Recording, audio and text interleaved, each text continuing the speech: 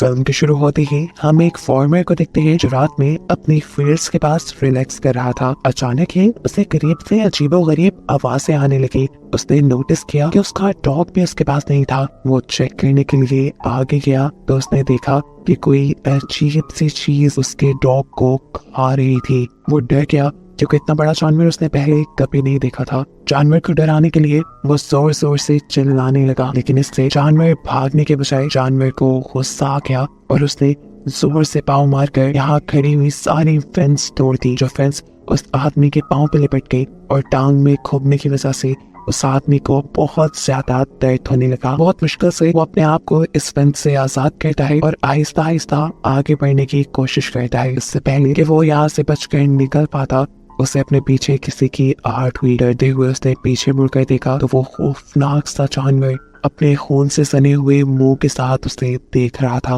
वो फार्मर डर गया और वो जानवर उसे खींचते हुए अंधेरे में ले गया और बाद में उसे मार डाला। अब सीन कट होकर हमें एक कपल को दिखाया जाता है जो जंगल में कैंपिंग के लिए आया हुआ था। लड़का जब कुछ करने के लिए कैंप से बाहर निकलता है तो कुछ ही देर बाद उसकी वाइफ को लड़के की चीखने चिल्लाने की आवाज़ सुनाई देती है। पहले तो उसे लगा कि उसका हस्बैंड उस पर प्रैंक कर रहा है, लेकिन गुजरते हर सेकंड के साथ साथ वो आवाज़ें और भी खतरनाक होती गई और उसके हस्बैंड की चीखने की आवाज़ों में उसे किसी चीज़ के हुर्राने की आवाज़ें भी सुनाई देने लगी। डरते हुए लड़की अपना थोड़ा सा कैंप खोलती है तो एकदम से उसके हस्बैंड की कटी फटी लाश उसकी गोद में आकर गिर जाती है। जिसे देखकर उसका दिल खराब हो गया और उसने उल्टी भी कर दी। उसे समझ नहीं आ रहा था कि उसके साथ हो क्या गया है और खुद अब वो करे क्या। इससे पहले को यहाँ से भागने का कोई प्लान बना दी, वो क्रिएचर, वो बड़ा सा जानवर अपने खून से सने मुंह के साथ उसके ऊपर भी हमला करके उसे भी मार देता है। उसके चिल्लाने और जानवर के गुर्राने की आवाज दो आदमी भी सुन रहे थे जो कि कैंपिंग करने के लिए जंगल में आए थे।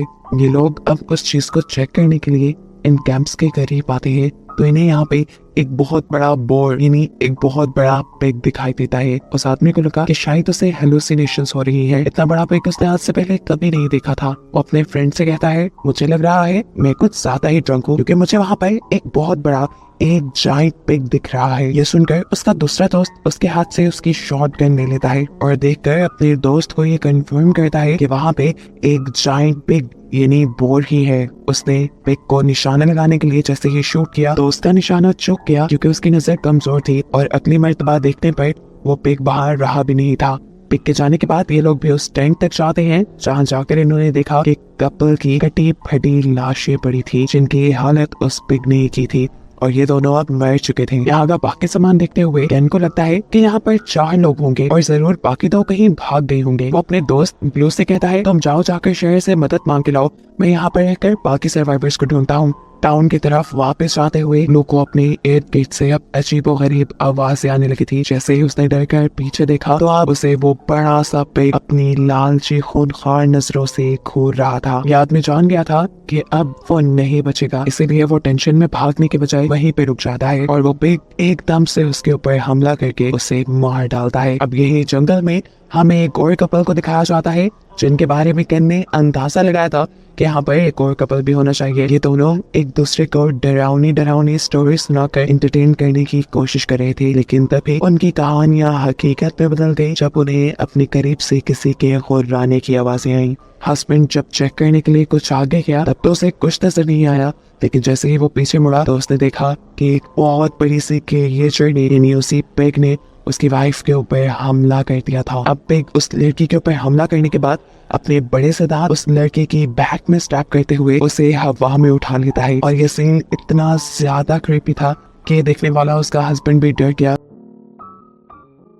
देखने को मिला कि वो ठीक तरह से चल नहीं सकता था, लेकिन फिर भी उसने यहाँ से भागने की कोशिश की, लेकिन उसकी कोशिश नाकाम हो गई क्योंकि वो पिग एकदम से उसके मुंह के ऊपर भी हमला करके उसकी गर्दन को उसकी बॉडी से अलग कर देता है और ऐसे ये कपल भी मारा जाता है। केन जो कि इसी कपल को ढूंढते हुए यहाँ तक पहुंच गया था, उसने जब आकर देखा कि वो दोनों भी मर चुके हैं तो उसे बहुत अफसोस हुआ क्योंकि उसे उम्मीद थी वो एक और कपल की तो जान बचा ही लेगा। इस सब के दौरान अब केन के सामने भी वो बड़ा सा पिग आ जाता है। उसके मुंह से खून टपक रहा था जो उन्हीं लोगों का था जिनको इस पिग ने मारा था। इससे पहले कि वो केन को भी मार देता, केन उसे अपनी छुरी दिखाता है और सीन यहीं से कट होकर हमें अगली सुबह का सीन दिखाया जाता है जहाँ एक आदमी अपनी वैन लेकर इसी जंगल की तरफ बढ़ रहा है। चलते हुए अचानक उसकी गाड़ी वही पिग अपने दांतों से उठाकर फ्लिप कर देता है और ऐसे उसका बहुत बुरा एक्सीडेंट हुआ।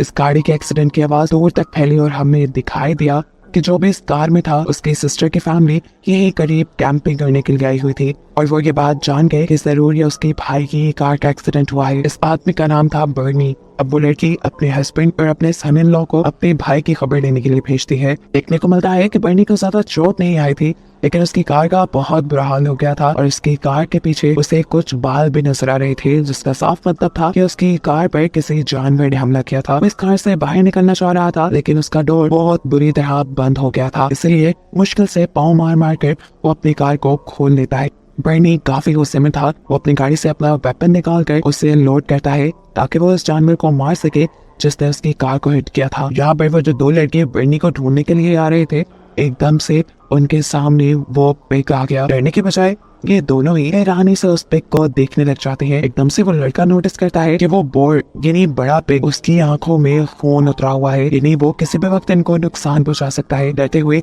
वो लड़का अपने फादर इन लॉ को उस पिग की तरफ फेंकते हुए वहां से भाग जाता है और वो पिग बड़े ही बेरहमी से उस आदमी का सर अपने मुंह में लेते हुए उसका सर उसकी बॉडी से अलग कर देता है। दूर से आते बर्नी ने ये सारा नजारा अपनी आंखों से देख लिया था। वो उस पिग को भी देख चुका था और जल्दी से वो उस पिग के ऊपर निशाना लगाता है और गोली ठीक जाकर पिग को लग जाती है। अब यहाँ वो लड़का जो अपने फादर इन लॉ का खतरे में डालकर वहां से भाग आया था, दूर से ही वो चिल्लाते हुए अपने फियांसी और उसकी मॉम को कहता है, भागो यहाँ से, भागो, यहाँ खतरा है। लेकिन कोई उसकी बात भी यकीन नहीं करता। वो लड़की उससे अपने डैड के बारे में पूछती है। वो लड़का बताता है कि उसके ऊपर एक बहुत बड़े बॉय ने हमला कर दिया है और वो मर गया है। लेकिन यहाँ ये दोनों खड़ी हुई हंस रही थी क्योंकि उन्हें लगा कि वो लड़का मजाक कर रहा है। लेकिन अगला ही सेकंड उनका ये ख्याल बदल गया क्योंकि पिग भागते हुए आकर उस लड़के को अपने मुंह में पकड़ते हुए वहां से भाग जाता है और वो लड़का उसके मुंह के अंदर ही मारा जाता है। ये सीन इतना खतरनाक था कि ये लोग पागल हो गए। वो लड़की अपने फियांसे की मौत देखकर बहुत ही ज्यादा परेशान हो चुकी थी। उसकी मॉम उसे यहाँ से ले जाने की कोशिश करती है, लेकिन जब वो नहीं जाती तो ठीक वक्त पर बर्नी यहाँ आकर इन तीनों को यहाँ से ले जाता है। वक्त बहुत कम था। अपनी जान बचाने के लिए बर्नी ने एक आइडिया सोचा और नदी को पार करते हुए फील्ड्स के दूसरी साइड पर जाने का डिसाइड किया, जहाँ दूसरी साइड से टाउन जरा करीब था। लेकिन वो जानता था कि वहाँ के रास्ते से भी टाउन तक पहुँचने में रात हो ही जाएगी। ये लोग भागते रहते हैं अपनी जान बचाने के लिए। बर्नी को ये लग रहा था कि उस बॉय यानी उस बड़े से पिग को पानी से डर लगता होगा, लेकिन वो ये नहीं जानता कि ये पिग कितना खूनख्वार है। रात के अंधेरे में वो इन्हें दोबारा ढूंढ लेता है, जहाँ एक और मर्तबा उसे अनएक्सपेक्टेडली देखकर इन सब की जान निकल जाती है और वो बॉय इनके एक साथी के ऊपर हमला करके उसे खा जाता है। वो तो मर गया था, लेकिन इन्हें भागने का मौका मिल गया। बर्नी की बहन अपने बेटे की मौत से बिल्कुल टूट रही थी, लेकिन बर्नी उसे जबरदस्ती लेकर भागता है और यहाँ उनकी किस्मत चल जाती है। करीब ही उन्हें एक लकड़ी का बना हुआ शेल्टर मिल जाता है, जिसके अंदर जाकर ये लोग थोड़ा सा सुख का सांस देते हैं। यहाँ पर आकर बर्नी की बहन और उसकी बेटी दोनों ही टूट चुके थे, क्योंकि अब तक उन्होंने अपने 3 खास लोगों को खो दिया था इस ट्रिप में।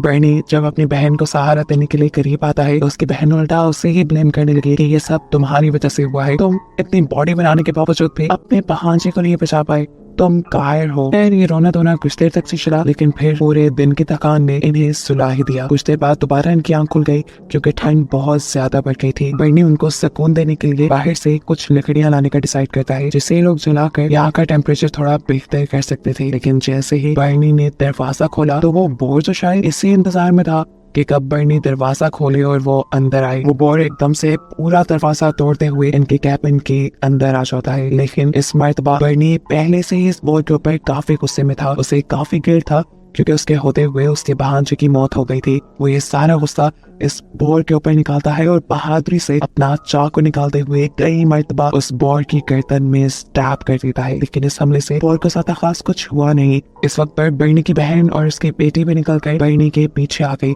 बर्नी ने उनसे कहा, भागो यहाँ से, मैं बोर को तुम्हारे पीछे रोकूंगा। ये सुनते ही वो दोनों यहाँ से भाग जाती हैं और बर्नी एक और मर्तबा उस बोर पर हमला करता है, लेकिन इस मर्तबा इस बोर ने भी अपनी सारी ताकतें दोबारा इकट्ठी कर ली थी, क्योंकि इस मर्तबा वो बर्नी को अपने दांतों के जरिए उठाकर दूर फेंक चुका था। इस हमले की वजह से बर्नी का चाकू भी गुम हो चुका था और अब उसके पास कोई वेपन नहीं था इस बोर से लड़ने के लिए। बर्नी हिम्मत नहीं हारता और उठकर जोरदार पंच उस बोर को मारता है, जिसके जवाब में बोर उसे उठाकर उसी कैबिन के अंदर फेंक देता है। जिस छोटे से कैबिन के अंदर बर्नी पहले छुपा हुआ था, अब पे उसके ऊपर आ चुका था और उसे बस मारने ही वाला था। लेकिन यहाँ पर बर्नी ने अपनी सारी ताकतों को जमा करते हुए जहानत से उसके नीचे से निकल आया। वो इस कैबिन में रखी हुई हर ऊटपटांग चीज को बोर को मारते हुए उससे अपनी जान छुड़वाने की कोशिश करता है, जो उसके हमले थोड़े से उस पर असर भी करते हैं और बोर कैबिन से बाहर निकल आता है। अब बर्नी इस बोर का किस्सा तमाम करना चाहता था, इसलिए वो यहाँ पर एक लोहे की चीज उठाता है और जैसे ही बोर को मारने के लिए आगे बढ़ता है तो बदकिस्मती उसकी कि उसका पाँव स्लिप हो गया और वो ठीक जाकर गिरा उसी पेग के नीचे। अब पिग उसे कहाँ छोड़ने वाला था, वो अपना क्लॉ यानी अपना पाँव बर्नी के ऊपर रखकर उसे बुरी तरह जख्मी कर देता है। उसके बाद उसने बर्नी के साथ क्या किया ये नहीं दिखाया जाता, लेकिन सीन का टोकर हमें दिखाया जाता है कि बर्नी की सिस्टर और उसकी बेटी बहुत ज्यादा डरे हुए थे। भूख और सर्दी से बुरा हाल था उनका। ये लोग फैसला करते हैं कि अब ये लोग आग जलाएंगे, क्योंकि अगर ये मॉन्स्टर से बच गए तो ये सर्दी नहीं मार देगी। आग तो ये लोग जला लेते हैं, लेकिन कुछ ही देर बाद वो मॉन्स्टर भी इनके सामने आ जाता है, जिसको आग ने अट्रैक्ट किया था। ये लोग डर गए, इन्हें समझ भी नहीं आ रही थी कि मॉन्स्टर से बचने के लिए क्या करें। ये लोग अपने हाथ में पकड़ी हुई छोटी छोटी सी मशाल से ही उस मॉन्स्टर को डराने की कोशिश करते हैं, लेकिन इन सब का उसके ऊपर कोई फायदा नहीं होता और वो यहाँ पर बर्नी की बहन की टांग पकड़ लेता है। इससे पहले कि अब ये बोर इन दोनों को मार देता, दूर से एक तेज रोशनी इन सब की आंखों को धुंधला कर देती है। बोर भी उसी रोशनी की तरफ देखता है और वो रोशनी तेजी से आकर उस बोर को हिट कर देती है। हमें पता चलता है ये एक कार थी जिसने इन लड़कियों की जान बचाने के लिए उस बॉल को आकर हिट किया था। इस लड़की का नाम था साशा, जो कि मूवी के शुरू में दिखाए जाने वाले ओल्ड मैन की बेटी थी और वो अपने डैड को ही ढूंढने के लिए इस टाइम यहाँ आई थी। देखने को मिलता है कि वो बोर अब खड़ा नहीं हो पा रहा था, क्योंकि इस हमले की वजह से उसके जिस्म की कई हड्डियां टूट चुकी थी, लेकिन वो अभी भी जिंदा था। बर्नी की सिस्टर अपनी फैमिली मेंबर्स की मौत का बदला लेने के लिए साशा की कार से एक गन निकालती है और धड़ाधड़ का ये फायर उसके ऊपर कर देती है, लेकिन ये बोर अभी भी नहीं मरता। तब उसकी बेटी उसके हाथ से गन लेती है और एक निशाना उस बोर की आंख पे लगाती है। इसके बाद हमें देखने को मिला कि वो बोर गिर चुका था, उसने हिलना बंद कर दिया था, शायद वो मर गया। ये लोग अब और खतरा मोल नहीं ले सकते थे। जल्दी से ये लोग साशा की कार में बैठते हैं और इस जगह से बाहर निकलने की कोशिश में लग जाते हैं। रास्ते में इन्हें बर्नी में दिख जाता है, जिसके बारे में सबको लग रहा था कि वो मर गया होगा, लेकिन वो बहुत ज्यादा जख्मी था। ये लोग यहाँ से बाहर निकल जाते हैं ये सोचते हुए कि इन्होंने उस बोर को मार दिया और अब खतरा टल गया, लेकिन ऐसा नहीं था, क्योंकि दो जिंदा बोर अभी भी इनको जंगल से जाता हुआ देख रहे थे और आगे इनके साथ क्या होने वाला था, इसी मिस्ट्री के साथ ये मूवी यहीं पर एंड हो जाती है।